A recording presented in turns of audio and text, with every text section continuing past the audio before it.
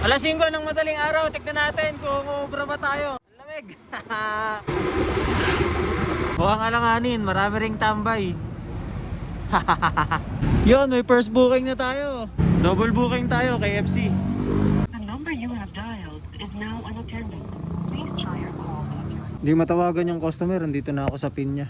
Papunta na tayo sa second drop natin, tapos na tayo sa una. Second drop, okay na din.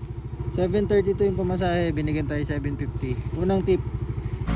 Dito na tayo sa tambayan natin sa Ayala Malls. Di na tayo pinapasukan doon, kaya dito naman tayo tatambay. Booking ulit. Double booking tayo, yung isa prepared na, isa na lang kulang. Ay, ang sarap dito sa Jollibee, ang init. Kakabukas pa lang nila. Sa labas parang kang nasa freezer. Si Boy Tigas. Apat na lang ang kailangan ko.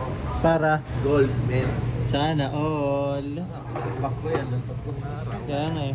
Burukog na nga yung pet mo eh, no? Ano ang pangalan ng customer ko? Basahin mo. Yung isa. Jackal. Jackal lang mo. Si Boy. Wag. Grab po. Thank you po. Okay na tayo sa isa. Paano ko tatawagan yung customer kung ganito yung pangalan niya sa app sa pag-order niya? Sir Jack of all trades. Almusal muna, naka-4 na. Di nalugi.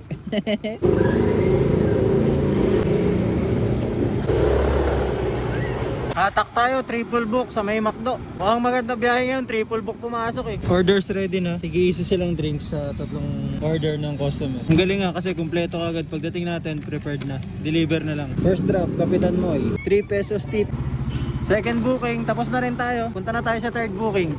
Third booking, all goods. 124 kinita natin, 41 isang booking. Aray ko. Tapos may kaltas pa yun. Pero okay lang yan, kasama yun sa paglaki. Balik na tayo ng Arbo. Is talaga yan. Saan yung may booking? Ay.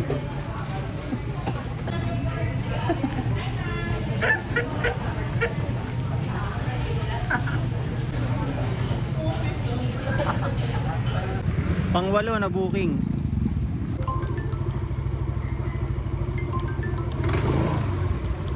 Tatlo yung 36. Hindi natin alam kung saan dito.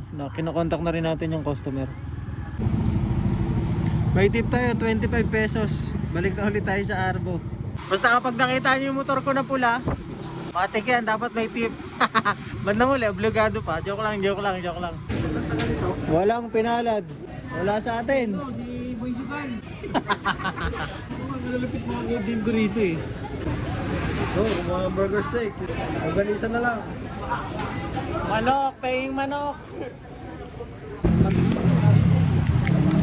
Ang tagal sa Jollibee. Mag-iisang oras na yung bucket na booking namin. Dalawa kami, isa lang drop off. 3 bucket kasi yung order ng customer. Wala pang luto na chicken. Lagay ko muna to sa motor. Palubat na din yung cellphone ko na pang biyahe. Charge ko na din. Tapos balik tayo Jollibee. Tambak na yung mga rider. Hindi din effective din yung collect order dito na nakalagay, no? Kasi kahit mag-collect order na dito kung hindi pa nila ginawa. Kaya maganda talaga papasok muna sa atin pag tapos na talaga. 1 hour and 10 minutes to be exact para sa 3 buckets na 8 pieces. Aray ko! Tapos yung delivery wala pang 1 km, 58 pesos. Ay no, dun lang bando. 58 pesos, 1 hour.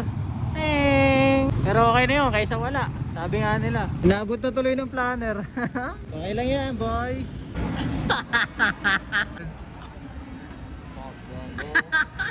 Kiss. Ay, wala na ba?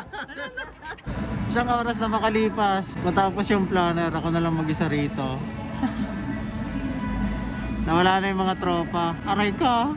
Pababa tayo, binigyan tayo Jollibee, double book.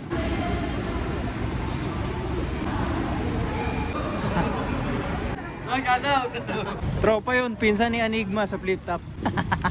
Tagal, ang dami na namang resibo. Pero at least ito, hatid na natin sa customer. Bingo na tayo sa isa. Na tayo sa pangalawa. Tao po, grab po. Second booking. Done. O paano? Naka-30 na ako. Uwi na ako ha. Bye-bye!